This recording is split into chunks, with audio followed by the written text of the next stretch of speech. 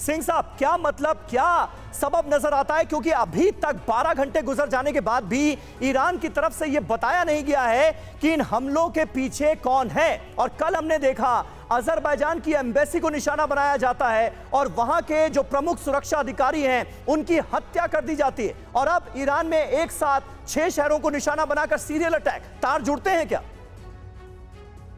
जी हाँ, मेरे जो ध्यान में आता है कि ऐसी जो वार्ताएं होती हैं ये पूरी इंटेलिजेंस बेस्ड होती हैं जी।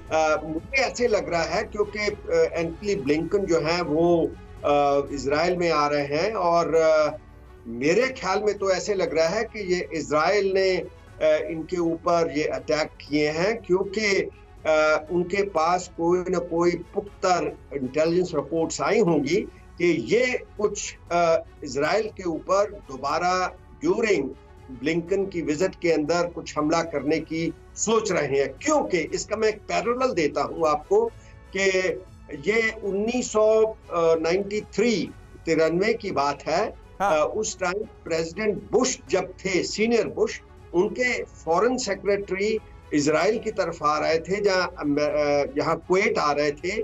तो उस टाइम उनके आने से पहले ही इराक के अंदर एक दो और देशों के अंदर ये जो अमेरिकन से इन्होंने पहले अटैक कर दी थी। अब बेस्ड ऑन ये रिपोर्ट्स कि वो कुछ मिसाइल अटैक करने वाले हैं, तो ये तो पहले ही जो ऐसे जब इनको रिपोर्ट्स आती हैं, एक्शनेबल रिपोर्ट आती हैं, तो ये एक्शन ले लेते हैं। ये इंतजार नहीं करते उनको फायर करने का या उनको पहले हमला करने का इंतजार नहीं करते।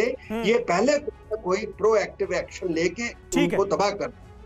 तो ये हो सकता है 90% चांस, 99% इजराइल की ये काम हो सकता है और किसी देश का। बिल्कुल बिल्कुल, ज्यादातर एक्सपर्ट्स ये मान रहे हैं कि इजराइल इन हमलों के पीछे हो सकता है। वहीं ईरान पर हमले के बाद ब्रिटिश पत्रकार ने एक सनसनीखेज दावा किया है। वो दावा क्या है ये भी आपको दिखा दें। हमले के पीछे हो सकता है नाटो का हाथ, ये कहा गया है एक ब्रिटिश पत्रकार की तरफ से।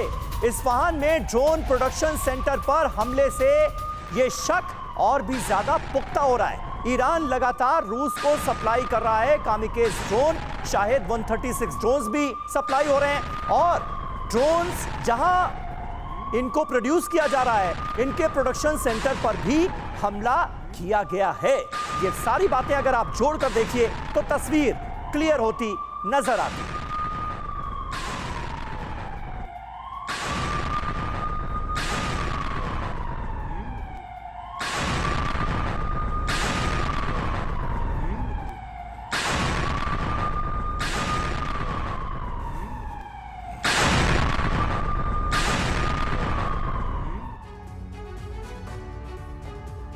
तो देखिए, क्या वाकई ईरान पर यह हमला नाटो देशों की ओर से किया गया हो सकता है? आखिर क्यों ब्रिटिश पत्रकार को इसका शक हो रहा है, यह समझने की कोशिश करते हैं और कुछ फैक्ट्स आपके सामने रखते हैं।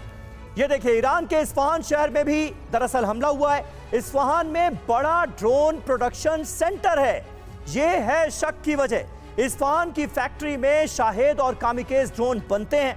ईरान लगातार रूस को दे रहा है ड्रोन, और ईरान की ड्रोन टेक्नोलॉजी रूस के लिए कितनी काम की साबित हो रही है ये तो हम देख रहे हैं।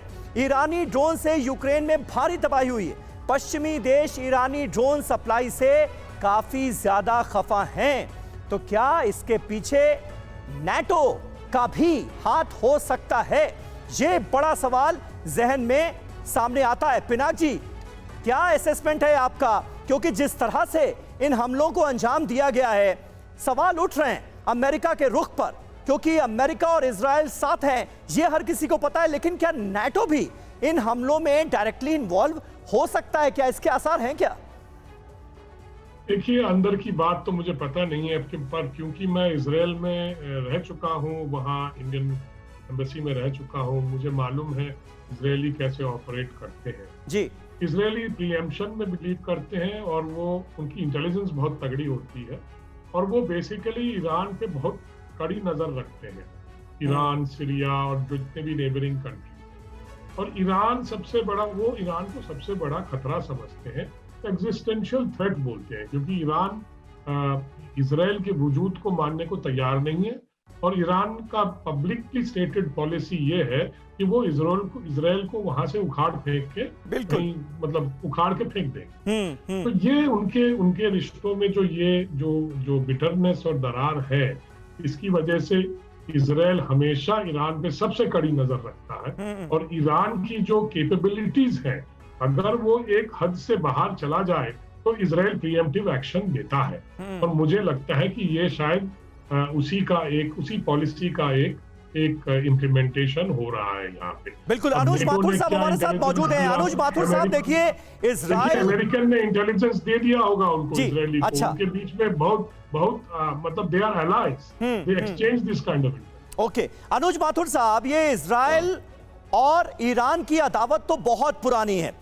ये इस्लामिक क्रांति जब आयतुल्लाह खुमैनी के ज़माने में आई, क्योंकि ईरान एक इस्लामिक मुल्क है और इजराइल जो है वो यहूदी मुल्क है, तब से हम अदावत देख रहे हैं। लेकिन आज की तारीख में जो डेवलपमेंट्स हो रहे हैं दुनिया के अलग अलग हिस्सों में, रूस यूक्रेन जंग के मद्देनजर भी मैं ये सवाल आपसे पूछना चाहता हूँ, ऐसे में क्या अमेरिका एक और नया वॉर फ्रंट खोलने के लिए हामी भरेगा? क्या इस तरह के हमले किए जा सकते हैं, ये जानते हुए कि ईरान इसका जवाब देने की कोशिश करेगा फिर?